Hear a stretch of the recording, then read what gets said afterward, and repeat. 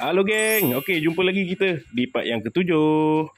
Okey geng, untuk part yang ketujuh ni, aku nak tunjukkan korang proses yang seterusnya, iaitu kita nak skin coat dinding. Dinding-dinding di hadapan rumah ni. Di bahagian hadapan saja kalau korang tengok kan, dengan lumutnya kan, dengan yang kita baru plaster tu. So kita nak skin coat lah kali ni, bagi dia nampak lebih cantik dan halus lah. Baru kita buat kerja cat nanti.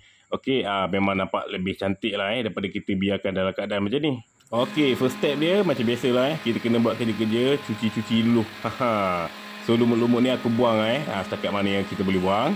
Gunakan water jet. Water jet lah tak payah pakai sabun pun tak apa. Okey, pakai water jet, tembak lumut tu je. Dan cat-cat tu, kalau ada cat lama yang dah terkopik tu, dia akan terkopik sekali lah. Kalau boleh sebelum skin coat tu, kita nak dapatkan dinding yang bersih lah dulu. Supaya skin coat tu dia melekat dengan lebih kuat Dan kata korang tak ada water jet kat rumah tu, okey, bedal je lah, pakai lah apa-apa berus ke apa ke, janji sikit sebanyak lumut tu kita dapat buang lah. Okey, lepas kita dah buat kerja-kerja cuci-cuci tadi, kita biarkan dia kering betul-betul dulu. Okey, sebelum kita buat kerja-kerja skim coat ni lah. Macam style aku, ini hari aku cuci, besok baru aku buat skim coat lah kan. Bagi dia betul-betul kering baru kita boleh mulakan kerja skim coat lah. Okey, untuk skim coat aku gunakan daripada brand YTL ni Quick Mix. Ni warna kelabu lah, lapisan yang pertama. So kalau beli ni dah RM20 lebih macam tu lah. Ni aku ambil stok dekat rumah je, balance projek dulu lah. Banyak baki so aku bawa balik simpan. So ni lah aku bawa dobik je. Kemudian kita buat bancuhan lah cuma bancuhan kali ni aku letakkan sedikit simin lah. Aku letakkan air dulu, okey, dalam kita punya baldi tu. Letakkan simin sikit, baru kita campurkan dengan skim coat tadi. Letakkan simin tu tujuan dia untuk cepat keras Kalau skim coat tu semata, dia lambat sikit keras lah. So kerja kita tu nanti jadi lambat So untuk kacau benda ni, memudahkan kerja aku pakai drill Kalau korang tak ada drill, korang pakai manual je lah kan, macam biasa. Masuk je dan kita kacau lah hingga kita dapat tekstur yang macam mana kita nak lah.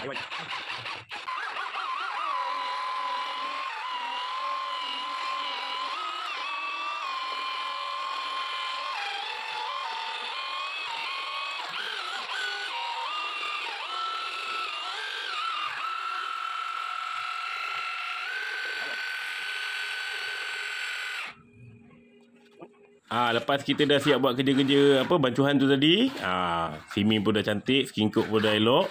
Kemudian kita terus ratakan okey, pada dinding tu lah.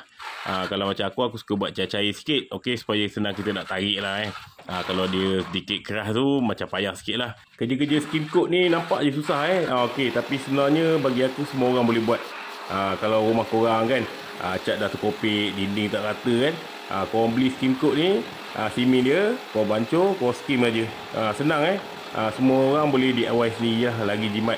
Satu lagi kelebihan skin coat ni, dia dapat tutup kalau ada lubang-lubang kat dinding tu, kahan kan yang boleh menyerap air tu, sikit sebanyak dia boleh tutup lah.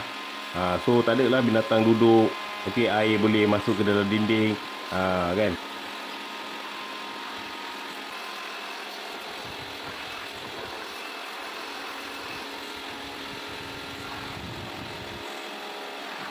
Okey, lepas kita dah siap sapukan skim coat tu, kita dah puas hati kan dengan ketebalan apa semua.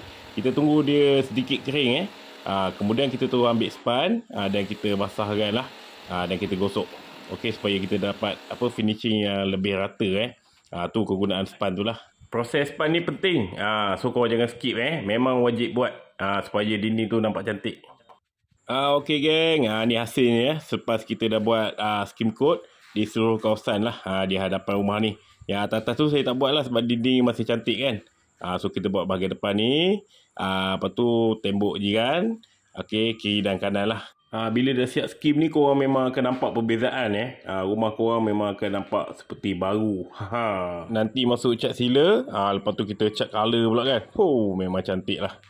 Okey lah geng, rasanya itu saja untuk part yang ketujuh ni. Okey, kalau korang nak tengok apa lagi yang aku buat di rumah Subsale ni, apa kerja-kerja repair lagi, jangan lupa follow dan tunggu video yang seterusnya.